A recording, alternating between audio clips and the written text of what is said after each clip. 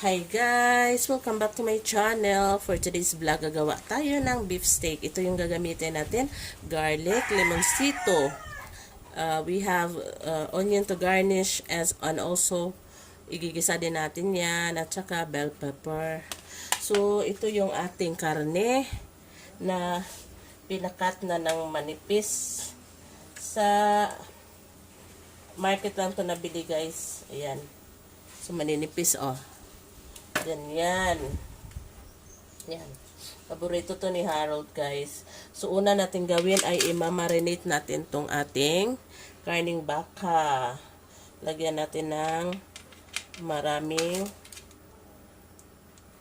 bawang. As in, maraming bawang. Then, maglagay tayo ng paminta. Marami din. Paminta.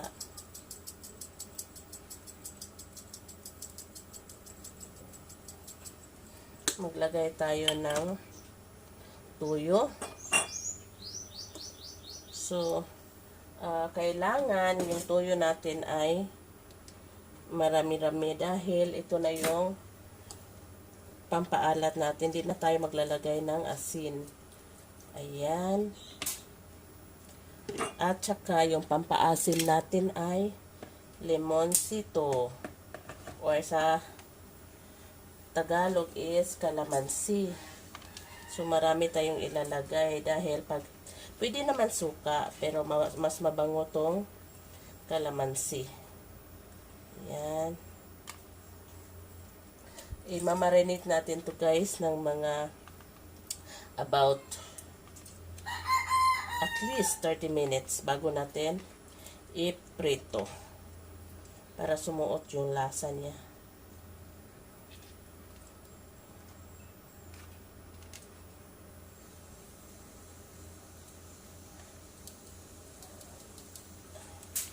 Then, halo-haloin.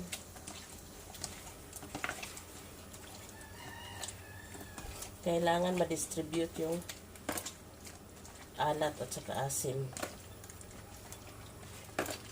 Magtutubig pa yan guys mamaya.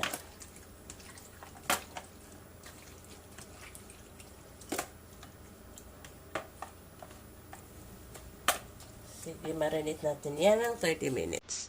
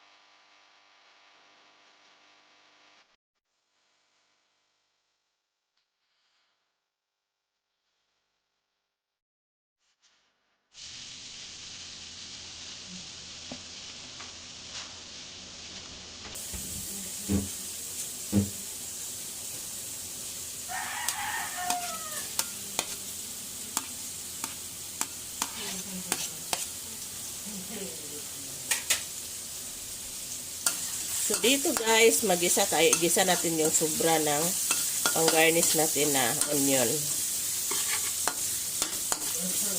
Pwede na hindi, pero sayang kasi. So, ayan.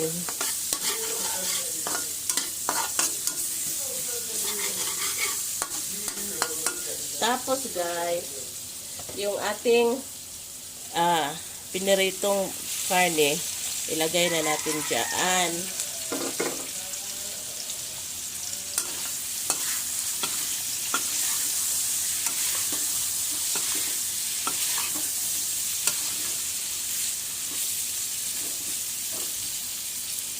Tapos, itong ating kawali, lagyan pa natin yan ng tubig para masimot natin yung flavor.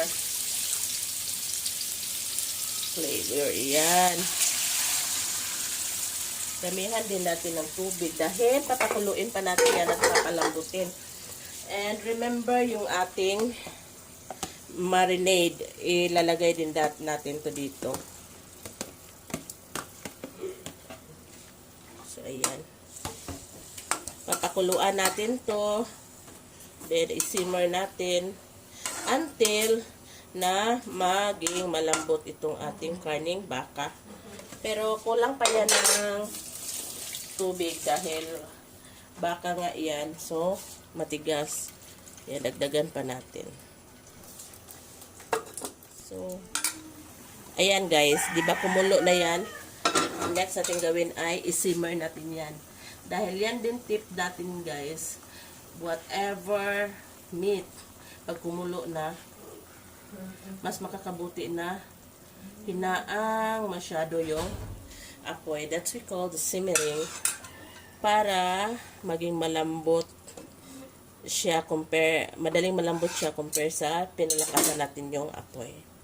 One eternity later. Welcome back guys. Check natin tong ating beef stick. Ayan. Medyo paubos na yung ano niya. Sabaw. Oh my god, tsaka ang lambot na siya. Then, tikman natin guys yung alat niya. Kung okay na ba.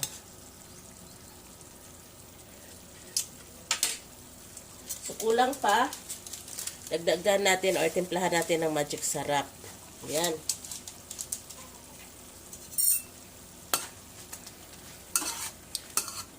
Mga 1 oras ko dito pinalambot. Balik-balik na si Harold dito sa kusina. Tsaka guys, yung ating garnish sana na onion, naubos na yan kinain. So, buti na lang may tayo dito. Bell pepper. So, ito na lang yung pang decoration natin. Tapos yung onion, ito na lang natira. Ayan.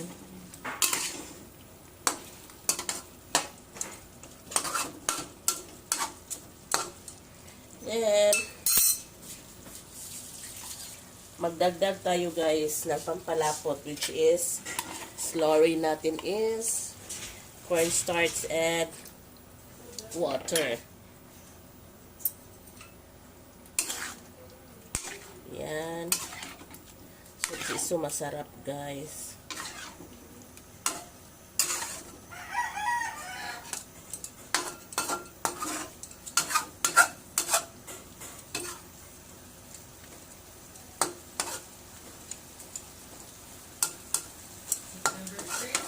Ha?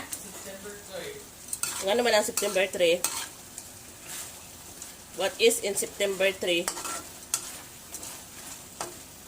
Dahil na sobrahan natin ng lapot, dagdag tayo ng tubig. Kunti.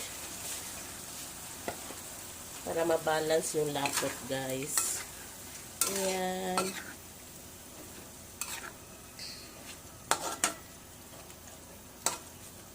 This is so good. Harold loves to eat this. Saka pinalambot ko ng todo.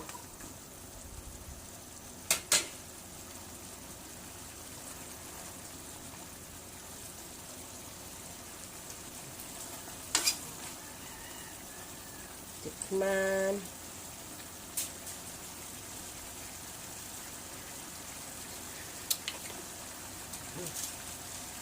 Sarap.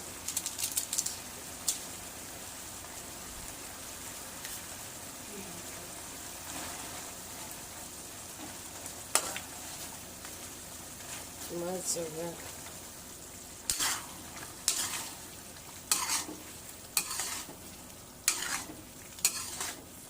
Yan.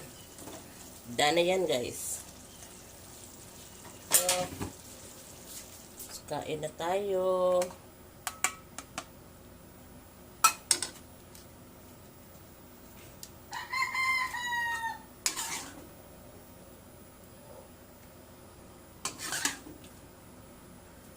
Oops.